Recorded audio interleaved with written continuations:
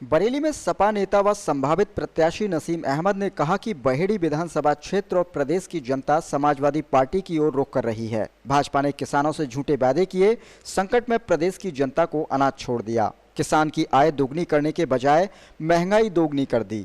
भाजपा छल कपट के दलदल में झूठ के फूल खिला रही है। समाजवादी पार्टी का सीधा निशाना भाजपा को हराने पर है। इस बार 400 से भी ज्यादा सीटों पर समाजवादी पार्टी की जीत तय है। यह बात भाजपा को भी पता चल गई है। नसीम अहमद ने आज दर्जनों गांव में जनसभाओं के दौरान कहा कि भाजपा सरकार में भेदभाव, बेरोजगारी, अन्याय, अत्याचार बहुत बढ़ गया है। ऐसा अन्याय उत्पीड़न आज तक कभी किसी सरकार में नहीं हुआ। भाजपा ने अपना चुनाव घोषणा पत्र में किया वादा पूरा नहीं किया। आज किसानों को धान की कीमत नहीं मिल रही है। किसानों को मजबूरी में धान जलाना पड़ रहा है। सरकार ने समय रहते खाद नहीं खरीदा। खाद के लिए किसान की जान चली गई।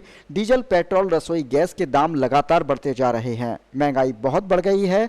भाजपा सरकार बताए कि डीजल, पेट्रोल का मुनाफा किसकी जेब में जा रहा है। सपा नेता नसीम अहमद ने कहा कि चुनाव आता देख भाजपा सरकार उद्घाटन करने में जुट गई है। जनसंपर्क के दौरान राजीव सिंह, गुकुरदास, अजीत, विनोद कुमार मौर्य, नरेश मौर्य, घनश्याम, अनिल, ढाकनलाल मौर्य, वीरेंद्र मौर्य, प्रेम शंकर, प्यारेलाल, उमाशंकर, राम जाटव, सोमपाल जाटव, राम, विजयपाल जाटव, महेंद्र जाटव, कुबरसेन मौर्य, परमानंद मौर्य, भीकमपुर से चंद्रपाल मौर्य, पंकज मौर्य, रमेश मौर्य, विकास मौर्य, बहुदनपुर से सोमपाल गंगबार, राजू गंगबार, जयदेव गंगबार, सत्यवीर गंगबार, रवि गंगबार, सोमपाल मौर्य आदि लोग मौजूद रहे।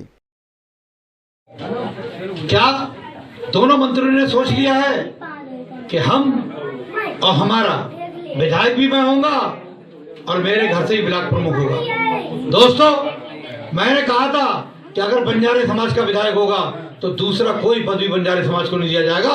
मुस्लिम समाज में जो ब्लॉक प्रमुख की होगी वो एक जगह आप मौर्य समाज को देने का मैंने वादा किया है। ये चाहे वो तुम खुदा बिला रहा हो, चाहे वो यहाँ बिला रहा हो। लोग कहते हैं कि साहब जिले में जाके बात करते हैं कि उनकी गांव में बहुत पकड़ है। अरे गांव में पकड़ ऐसी नहीं हुई है। मैंने मौर्य लोगों की जमीन कब्जा करा के राइस मिल नहीं बनाया। मैंने अपनी कोठी नहीं बनाई है। आप जाके पूछ सकते हो दूसरे कस्बे में बैठी से निकल के कि आज वो मौर्य समाज कैसा समाज है जो सम्राट अशोक का वंशज हुआ करता था, जो समुद्रगुप्त का वंशज हुआ करता था, जिसकी तलवारों के सामने लोग अपने मैदान छोड़ दिया करते थे। आज वो मौर्य समाज उस जालिम के हाथ बिकना चाहता है, उस जालिम के हाथों दबना चाहता है। मैं उनके साथ हूं। मैं कहता हूं कि बातिल से डरने वाले आसमान नहीं, हम 100 बार कर चुका है तो इम्तिहान हमारा। हम यहां से लेके ऋचा तक जो भी मौर्य समाज की जमीनें कब्जा हुई है उनको छुड़वाने का काम सबसे पहले मैं करूंगा।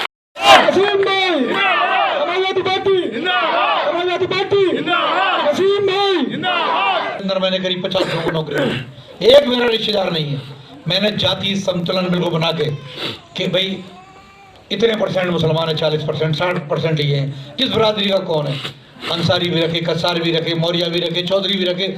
मैंने जो नौकरी दी पूरे इंसाफ के साथ दी, क्योंकि मैं जवाब यहाँ आपको नहीं दूंगा, लेकिन ऊपर वाले को मुझे जवाब देना होगा। अगर आपको कोई प्रधान चुनता है, आज रिफाकत को लोगों ने BTC चुना है, तो ये भी ये सोचेगा कि मेरे हाथ से पहला काम वही हो जो गाँव में सबसे ज्यादा जरूरत है।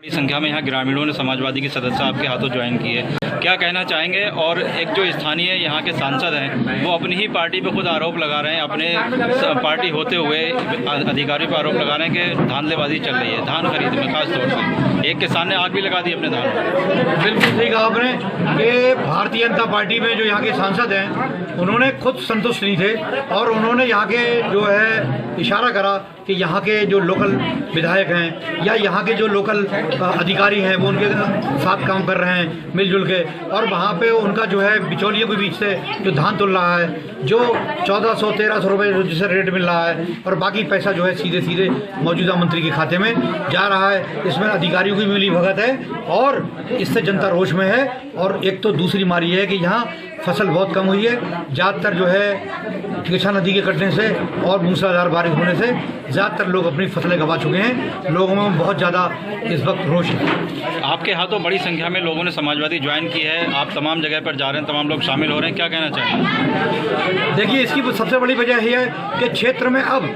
पहली नहीं पूरे हिंदुस्तान में नेताओं पे से लोगों पे भरोसा उठ गया है कि वो नेता जो है जितना झूठ बोलता है कोई शायद नहीं बोलता, ये जनता ने मान लिया। अब पाकौली के लोगों को भी बहेड़ी या और जगह की तरह चाहिए जो ईमानदारी से, जो अपना पेट ना भरता हो, कम से कम जनता का पेट भरे। क्योंकि पहले के नेता ऐसे हुआ करते थे जिन्होंने देश की आज़ादी दिलाई, जिन्होंने आज भी उनके पुराने मंत्री थे, आज वो कोई धन दौलत कमा के उन्होंने बड़े बड़े होटल नहीं बनाए, बड़े बड़े कोठी खरीदी नहीं, बड़े बड़े स्टोन क्रेशर नहीं बनवाए और किसी पे जो है सताने का काम नहीं किया।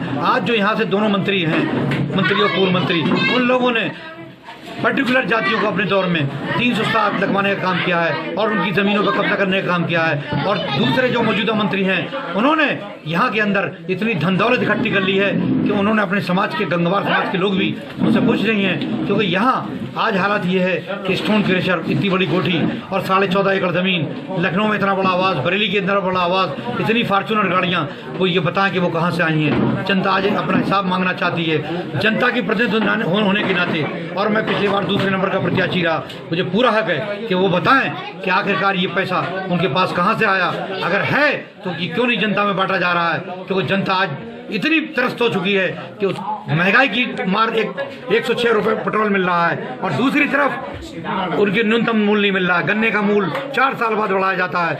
11 महीने से हमारा किसान बॉर्डर पर बैठा हुआ है, उसकी कोई नहीं सुनी जा रही है। तो ये इंटरनेशनल मार्केट में दाम होने के बावजूद भी तेल के रेट बढ़ा रहे हैं। कहीं ना कहीं इनका जो यहाँ के उद्योगपतियों, धन्ना सेठों से इनकी मिली जुली इनकी मिली भगत है, जिससे कि जो अब ये पार्टी में फंड लेके और उनको मालदार से मालदार करे जा रहे हैं और किसान को गरीब से गरीब होता जा रहा है। क्या आपकी रणनीति है आगे 2000 विधानसभा चुनाव को लेकर के, आप क्या संदेश दे रहे हैं लोगों को? बिल्कुल, 2022 के अंदर हमने कहा एक तरफ वो सरकार है कि जो आज महिला विरोधी सरकार है, चाहे वो महिलाओं का उत्पीड़न हो, रेप हो, जो किसान विरोधी सरकार है, जो बेरोजगार विरोधी सरकार है, सरकारी नौकरी नहीं निकल रही है, और जो जन विरोधी सरकार है। हम उस सरकार को 2022 के अंदर जनता को संदेश दिया है कि इसको उखाड़ फेंकिए और जो जिस आदमी ने विकास किया था 2017 तक, उसको आप फिर मौका दीजिए। जो हमारे माननीय राष्ट्रीय अध्यक्ष हैं, उन्होंने लगातार रोडों को जो है मुख्यालय से जोड़ने का काम किया और उन्होंने छात्रवृत्ति पिछड़ी छात्रों की, दलितों की और बैकलॉग भर्ती के अंदर हमारे आज बेरोजगार काफ़ी जो ज़्यादा उस समय पर नौकरी पे लगे थे, आज वो लोग बड़ी बड़ी डिग्री लेके घूम रहे हैं। इसलिए उनको अगले बार मुख्यमंत्री जनता बनाने का काम करेगी और भारतीय जनता पार्टी को, हमारे अजय मिश्र जी को, जो यहाँ के असली नाम उनका यही है योगी जी का, उन्हें उत्तराखंड भेजने का काम करेगी।